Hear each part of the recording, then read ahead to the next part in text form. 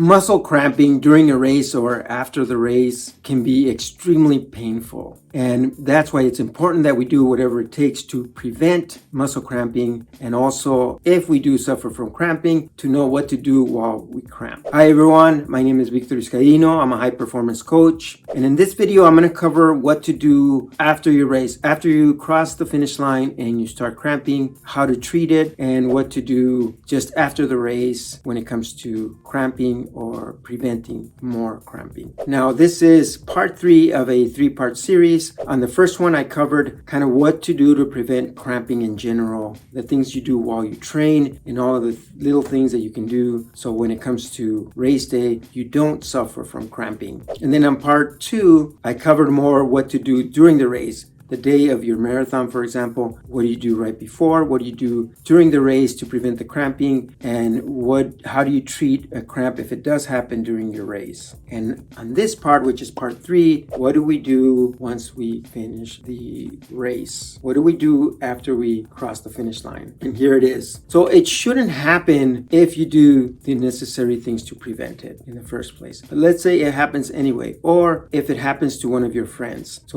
we'll go with that example.